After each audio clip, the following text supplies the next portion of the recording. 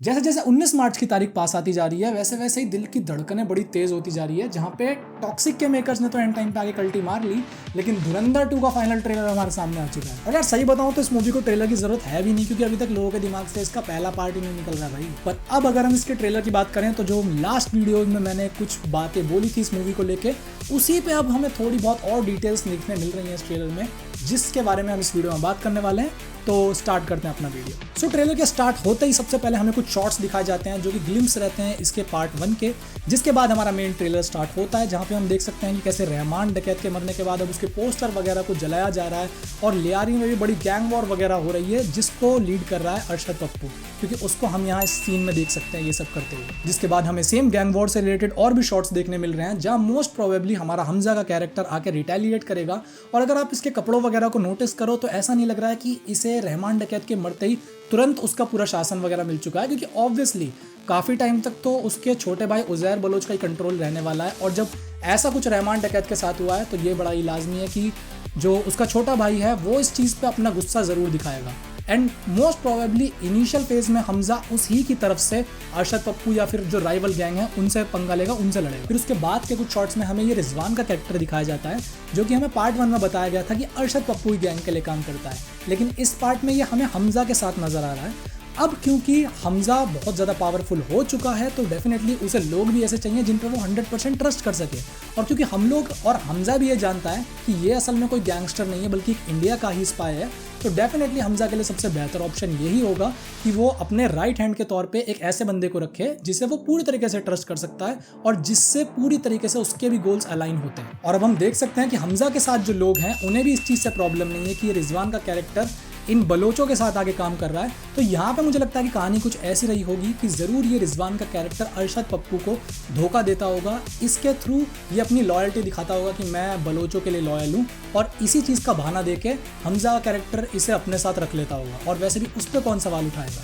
और फिर आगे चल के हमें ये कुछ और शॉट्स देखने मिलते हैं जहाँ पे हमें ऐसा नज़र आ रहा है कि अरशद पप्पू की गैंग को शायद से हमजा कैरेक्टर पूरा साफ कर दे रहा है। और फिर यहाँ हमें एक बहुत इंटरेस्टिंग शॉट देखने मिलता है जहाँ पे शायद उज़ैर बलोच का कैरेक्टर अरशद पप्पू को मारेगा, क्योंकि हम उसे घसीटता हुआ देख सकते हैं और ये मोस्ट प्रोबेबली अरशद पप्पू ही है जिसके सर को आगे चल के वो काट के वो फुटबॉल खेलेगा, वो वाला सीन होगा। And as I said in my last video कि यहाँ पे भी हम देख सकते हैं कि उज़ैर बलोच के सिर्फ 1 से 2 शॉट हैं, जिससे हमें कंफर्म हो जाता है कि इसका कैरेक्टर मूवी में ज़्यादा देर टिकने वाला है नहीं। मोस्ट प्रोबेबली मूवी के फर्स्ट हाफ से भी पहले ही इसका काम डाल दिया जाएगा और इसे मारने वाला जो मुझे लग रहा है वो होगा एसपी चौधरी असलम, क्योंकि अगर हमजा के कैरेक्टर को इसे मारता हुआ दिखाएंगे तो पब्लिक हमजा के खिलाफ ही रिवोल्ट करने लगेगी, या फिर हो सकता है कि कुछ ऐसा षड्यंत्र हमजा करे कि जहाँ पे वो ऐसा बता दे पूरी पब्लिक को कि भाई रहमान डकैत और उसके भाई ने असल में तुम लोगों को धोखा दिया था और जो हथियार तुम लोगों से बनवाए थे वो उसने ISIS को दिए, और ISIS वही है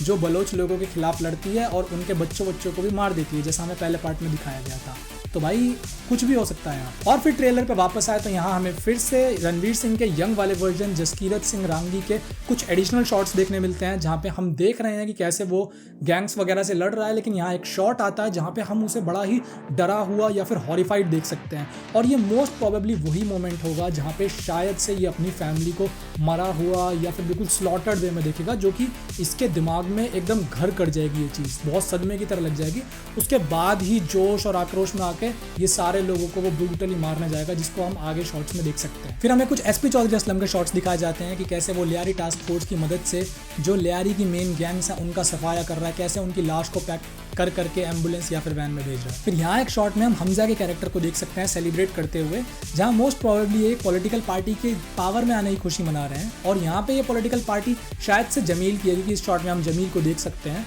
और जिस तरीके से जमील को सपोर्ट चाहिए था लास्ट पार्ट में रहमान डकैत का अपना वो सारा पॉलिटिकली इन्फ्लुएंस बनाने के लिए लियारी में, अब रहमान डकैत के जाने के बाद वो सारा कंट्रोल हमजा के कैरेक्टर के पास है। तो डेफिनेटली हमजा का कैरेक्टर इससे हमें ये पता चल रहा है कि पॉलिटिकली भी बहुत ज़्यादा पावरफुल होने वाला है इस मूवी में। फिर हमें मेजर इकबाल के कुछ शॉट्स देखने मिलते हैं, जिसमें पहला ही शॉट एक POV शॉट होता है। अब इसको तुम ध्यान से देखोगे तो ये ऐसा लग रहा है कि यहाँ पे मेजर इकबाल का कैरेक्टर शायद से किसी को बहुत ब्रूटली मारा होगा या फिर टॉर्चर करा होगा, और मोस्ट प्रोबेबली ये सीन शायद से हमजा का ही हो सकता है। जैसे इकबाल के कैरेक्टर ने लास्ट पार्ट में एक इंडियन स्पाई के मुंह पे वो कीलो चुबो के जैसे उसे टॉर्चर किया था, शायद वैसा ही कुछ ये चीज़ हमजा के साथ भी करने वाला है, क्योंकि हमजा को भी हम कुछ शॉट्स में देख सकते हैं कि कैसे उसका मुंह पूरा छिला हुआ और पूरा लाल हो रखा है। और शायद जब वो इतना ज़्यादा घायल हो चुका होगा और उसको जब ये ऐसे तड़पा रहा होगा, शायद तभी का हमजा के कैरेक्टर की तरफ से एक पॉइंट ऑफ व्यू शॉट है जिसमें वो इकबाल को ऐसे देख रहा है। उसके बाद ये बड़ा ही इंटरेस्टिंग शॉट हमें देखने मिलता है जहाँ पे हमजा का कैरेक्टर अपना माथा पीट रहा है और रो रहा है। और अगर ये किसी के लिए ऐसा दुख मना रहा है तो मुझे लगता है या तो ऐसा हो सकता है कि किसी इंडियन स्पाई के साथ कुछ गलत हुआ हो, या फिर मुझे ऐसा लग रहा है कि हो सकता है कि यहाँ पे यलीना का कुछ सीन हो जहाँ पे इसकी जो वाइफ थी यलीना, उसको हम एक शॉट में देख सकते हैं कि वो इसकी तरफ कैसे गन पॉइंट कर रही है। और यहाँ ज़रूर यलीना हमजा की तरफ ही गन पॉइंट कर रही होगी, क्योंकि जहाँ पे मोस्ट प्रोबेबली कहानी कुछ ऐसी होगी कि उसे पता लग गया होगा कि असल में भाई ये कोई लियारी का नॉर्मल गुंडा नहीं है, बल्कि ये एक इंडियन स्पाई है। क्योंकि शायद ऐसा हो सकता है कि जिस डायरी में वो सारे गैंगस्टर्स वगैरह के नाम वगैरह नोट करता है, शायद से वो डायरी या फिर किसी कारण से इसकी वाइफ को ये पता चल गया हो, और इसी चीज़ के आक्रोश में आके शायद से या तो वो उसी की तरफ गन पॉइंट कर रही है। लेकिन ऑब्वियसली अब हमें पता है हमजा का कैरेक्टर तो मरेगा नहीं, तो शायद ऐसा हो सकता है कि या तो किसी कारण से हमजा का कैरेक्टर ही उसे मारे, जिसके चांसेस मुझे कम लगते हैं, या फिर जिस चीज़ के चांसेस मुझे ज़्यादा लग रहे हैं, क्या पता वो गन पॉइंट पे अपने तरफ गन रख के खुद ही अपनी जान ले ले, और शायद उस चीज़ का ही सदमा, ट्रॉमा या फिर दुख जो है वो हमजा का कैरेक्टर मनाता हुआ हमें दिख रहा है। और मुझे ऐसा लगता है पर्सनली कि यार जो बॉन्डिंग या फिर जो भी हमने गाने इसके लास्ट पार्ट में देखे थे ना, अगर मतलब इसको ये ऐसी इमोशनल दर्दनाक सी एंडिंग देते हैं इनकी लव स्टोरी को, तो मेरे ख्याल से